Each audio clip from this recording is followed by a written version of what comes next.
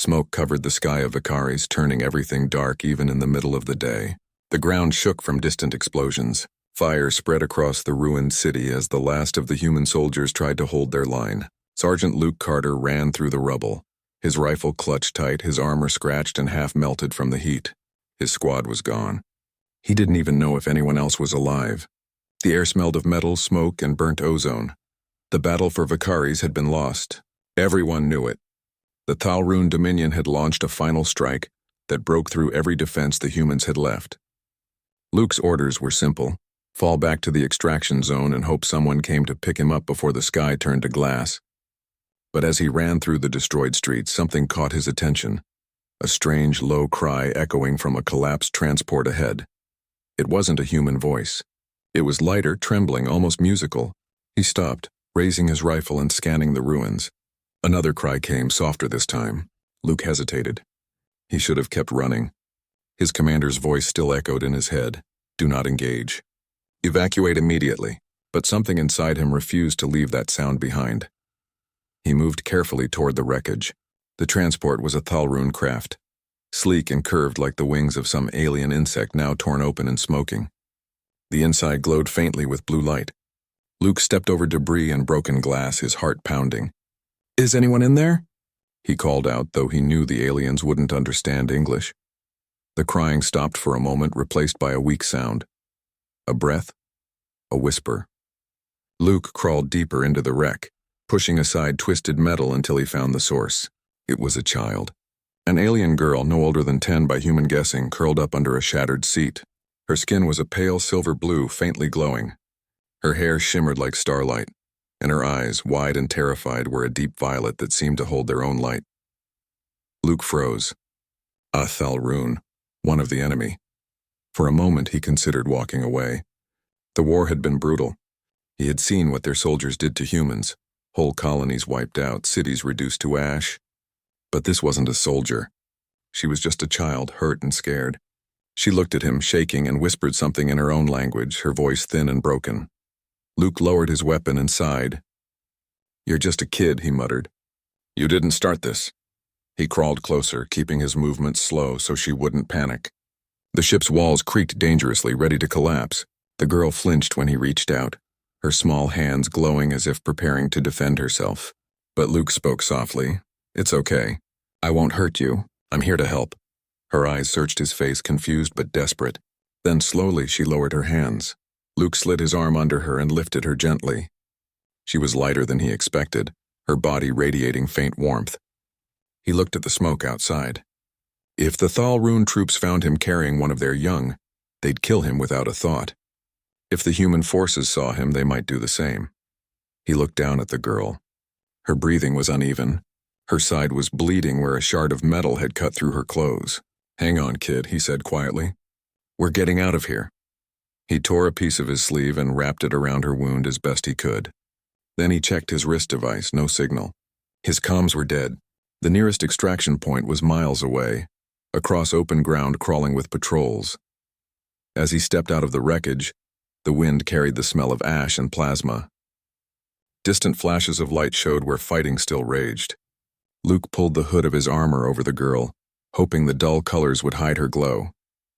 She looked up at him weakly, whispering something again. He couldn't understand the words, but her tone was clear. It was fear mixed with hope. He smiled faintly.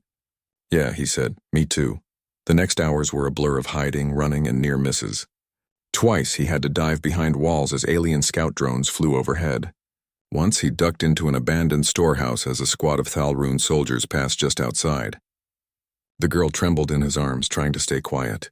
Luke held her close, listening to the sound of his own heartbeat echoing in his helmet. When the danger passed, he looked down at her again. She had fallen asleep, her head resting against his chest. Her faint blue glow had dimmed, flickering like a candle. He wondered what she must be dreaming about. Her home, her family, maybe the mother who didn't know if she was still alive. He whispered softly, "You're gonna make it, I promise." By the time the sun dipped below the horizon, Luke had reached the canyon outside the city. The extraction zone was on the other side, but the bridge had collapsed. The drop was deep, filled with shattered vehicles and old bones. He scanned the area and spotted a half-destroyed cargo tram hanging from the cliff. Unstable, but maybe usable. Balancing carefully, he crossed the metal frame, holding the girl close. The structure groaned and shifted beneath his boots, each step sending echoes into the canyon.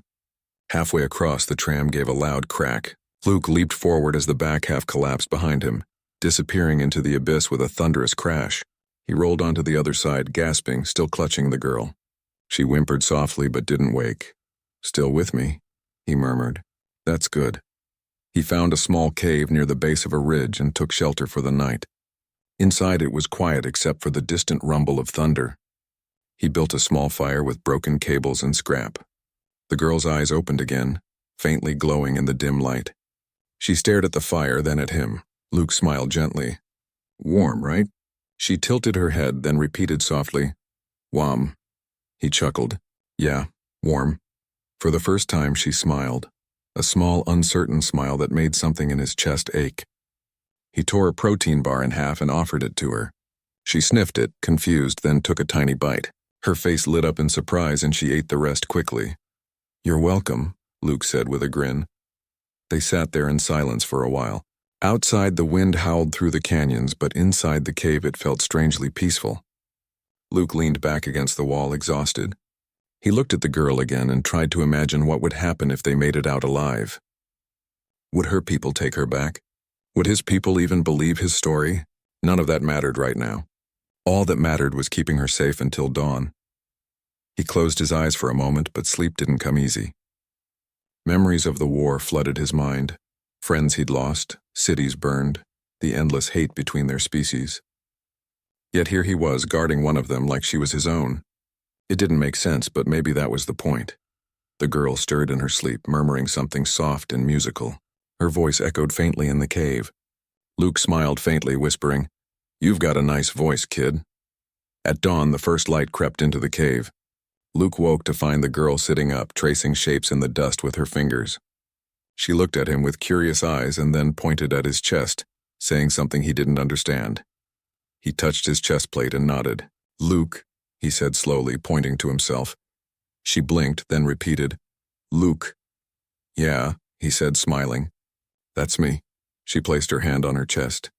"Ori," she said quietly. He nodded. "Ori. Nice to meet you, Ori."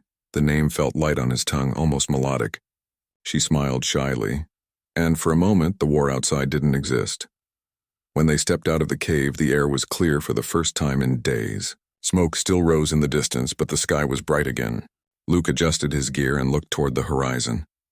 The extraction point was close, maybe an hour's walk if they stayed hidden. He picked Ori up again and she wrapped her small arms around his neck. He could feel her heartbeat against his chest, quick but steady.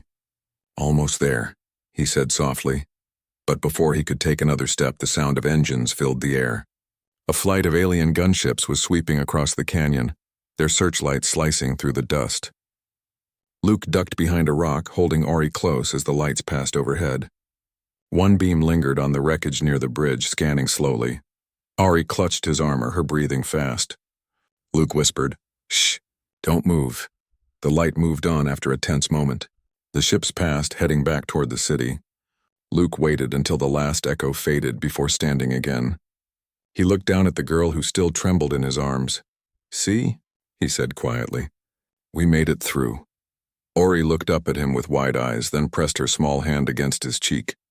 It glowed faintly, and for a moment he felt warmth spread through him. Calm, peaceful, almost like she was saying thank you without words. Luke blinked, taken aback. He whispered, "You're something else, kid." As he started walking again, the sun rose higher, painting the horizon gold. The war still raged somewhere far away, but for that one morning, all that mattered was a human soldier and an alien child crossing the wasteland together. Luke didn't know it yet, but the choice he made that day, the choice to stop, to save her, would change his life forever. And somewhere beyond the stars, a queen would soon learn that her daughter was alive, because of a single human who refused to walk away. Weeks passed after the evacuation from Vikaris. The war had ended in silence rather than peace. Both sides were broken, too tired to keep fighting. The ceasefire had been signed in orbit above a dead planet where millions had fallen. The humans returned to their stations, the Thalrun to their glowing cities. But in every whisper across the stars, one strange story spread faster than any official report. The story of a human soldier who carried an alien child through fire and death. Luke Carter did not care about stories. He just wanted rest.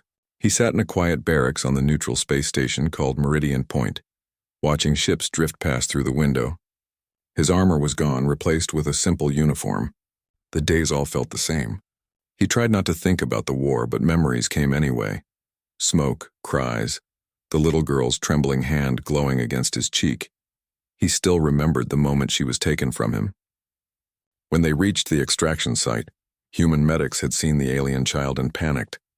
They pointed weapons at her, shouting questions he couldn't answer. He'd stood between them and her, shouting back that she was just a child, that she needed help. Then the Thalrun ships arrived, their soldiers stepping out in silver armor. A tall woman with violet eyes approached, surrounded by guards. She had spoken to the human commander in a voice that shook the air. "She is mine," she had said. "She is my blood." Luke didn't understand the alien words, but he understood the tone. He looked down at the girl Ori, who clung to him one last time. She said something softly, tears in her glowing eyes, then was taken by her people. That was the last time he saw her. Now, weeks later, Luke was trying to forget. But the universe didn't want him to. One morning, a man in a gray uniform walked into the barracks. He was an officer from the Interstellar Command, serious and sharp. "Sergeant Luke Carter," he said, his voice steady. "You're being summoned." Luke frowned. "Summoned by who?" The officer handed him a data pad. On the screen was a symbol, an intricate spiral of light that shimmered like a living flame. Luke recognized it immediately. It was the emblem worn by the woman who had taken Ori away. "The Thalrun Dominion," the officer said.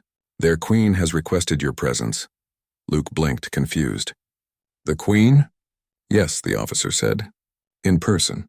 It's a diplomatic request, not an order, but command strongly advises you accept. They said it's personal." Luke felt his stomach tighten. Personal. There was only one reason their queen would care about a human soldier. A few days later, Luke found himself aboard a small shuttle heading deep into Thalrun space. The stars outside grew brighter as they entered alien territory. The ship's interior was quiet, filled with faint blue light that seemed to hum softly, alive in some strange way. The pilot, a calm Thalrun escort with silver eyes, spoke little.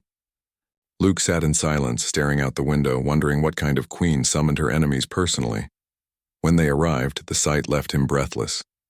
The Thalrun homeworld, called Illyria, shimmered like a jewel in the dark. Its oceans glowed faintly from within, and its cities were grown rather than built, rising like crystal trees that stretched into the clouds. Their ships drifted between them like silver birds. The shuttle landed on a landing platform made of white stone that pulsed gently beneath his boots. Waiting there was a group of guards wearing flowing silver armor. None spoke. They guided him through long corridors where the walls seemed to breathe faintly with soft light. The air was warm and smelled faintly of flowers and ozone. Luke felt out of place. His boots echoed against the polished floor while the guards moved soundlessly.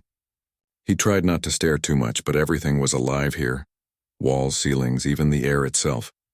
He had never seen anything like it. At last, they entered a grand chamber filled with soft golden light. In the center stood a tall throne that seemed carved from a single crystal. Seated upon it was Queen Sereth of the Thalrun. Her presence was overwhelming. Her skin shone faintly like liquid silver, and her eyes glowed a deep violet, sharp and knowing. Her hair floated like it was underwater, slow and graceful. When Luke stepped forward, every guard in the room knelt. The queen did not. She looked down at him for a long moment. "So," she said in perfect English, her voice calm but powerful, "you are the human who saved my daughter." Luke swallowed hard. "I guess I am, Your Majesty." "You guess?" she said, one eyebrow raised. He straightened his shoulders. "Yes, I am." The queen studied him in silence. Then she rose from her throne and stepped closer. She moved with the kind of grace that made the air shift around her. "You entered a battlefield you did not belong to," she said softly. "You carried her through fire and ruin. You risked your life for one of my blood. Why?" Luke opened his mouth, but the answer was simple. "Because she was a child," he said. "Because it was the right thing to do." Her eyes flickered, something almost human in them. "The right thing," she repeated. "A strange phrase from a strange species." She turned away and waved her hand. From the far side of the room, a smaller figure stepped forward. Luke's breath caught when he saw her. Ori. She looked older than he remembered, standing tall and proud in a silver robe that shimmered softly, but her eyes were the same, violet, bright, and kind. She smiled when she saw him. "Luke," she said, her voice warm and soft. He couldn't help but smile back. "Ori, you're okay." She nodded and stepped closer. "Mother said you would come." Luke looked between her and the Queen, unsure what to say. Queen Sereth studied the two of them for a moment, then said, "My daughter has spoken of you without end since her return. She tells me that a human carried her through death and gave her life when all others would have left her." Luke scratched the back of his neck awkwardly. Anyone would have done the same. The Queen tilted her head slightly. "You are wrong. Many would not." There was a long pause. Then the Queen spoke again. "Among my people, a life saved is a debt that must be repaid. The greater the life, the greater the debt. You did not merely save a life. You saved the heir to my throne." Luke blinked, unsure how to respond. "I didn't do it for a reward." The Queen's expression softened slightly. "I know. That is why the debt must be repaid properly." She gestured toward a nearby chamber. "Come, there is more you must see." They walked together down a hall filled with soft light. The walls shimmered with living vines that glowed in rhythm with their footsteps. Ori walked beside Luke, her small hand brushing his. She smiled shyly, whispering, "I dreamed you would come back." Luke looked down at her. "I wasn't sure if I ever would." When they entered the next room, Luke stopped in awe. It was a massive garden, floating in midair beneath a glass dome. Waterfalls cascaded from floating rocks. Trees with luminous leaves swayed without wind. Strange birds made of light flew above them. Everything was peaceful here, alive in perfect harmony. Queen Sereth turned to him. "This is the Heart Garden. Only the royal family may walk here. You stand where no human has ever stood." Luke looked around, stunned. "It's beautiful." The Queen smiled faintly. "This place is alive with the memories of my ancestors. They see through the roots, the air, and the water. They are watching us now." He felt a chill run through him. "Watching?" "Do not fear," she said gently. "They approve of what you did." For a moment, no one spoke. Ori moved closer to her mother, holding her hand. "Mother," she said softly, "may I show him?" The Queen nodded. Ori turned to Luke and held out her hands. Between them, light began to gather, small at first, then growing into a shimmering image. It showed the battlefield, the wrecked transport, and a man carrying a small glowing child through the smoke. It was him. She had remembered everything. Luke stared at the image, his throat tight. "You remembered all that?" Ori nodded. "I remember your voice. I remember you saying it would be okay. You were right." Queen Sereth watched quietly, her eyes unreadable. After a long pause, she spoke again. "You see, human, this is not just a tale of war. It is a bond of spirit. You touched her life. In our culture, that means your souls are linked. Such things cannot be undone." Luke didn't know what to say. "Linked?" "Yes," the Queen said. "That is why I summoned you, to offer you what is owed. You may ask for anything within my power." He shook his head. "I don't want anything." The Queen's eyes softened. "Then you are either very wise or very foolish." Ori smiled and looked up at him. "Maybe both." The Queen studied him again as if seeing through him. "Very well, Luke Carter of Earth. You may not wish for a reward, but our laws demand I give one. It will not be gold or land or status. It will be something far greater. Something you cannot lose." Luke frowned. "What do you mean?" The Queen only smiled. "You will know soon." As they left the chamber, Ori walked beside him, her eyes bright. "You are not afraid," she said softly. He shrugged. "I've been afraid enough times already. This doesn't feel like one of them." She smiled wider. "Good, because this is only the beginning." He didn't understand what she meant then. But deep down, as he looked at her, alive, safe, smiling under the strange light of her world, he felt that something had already changed inside him. The war had taken everything from him. But in this moment, on a world far from Earth, he felt like maybe it had also given something back. Something he would never forget.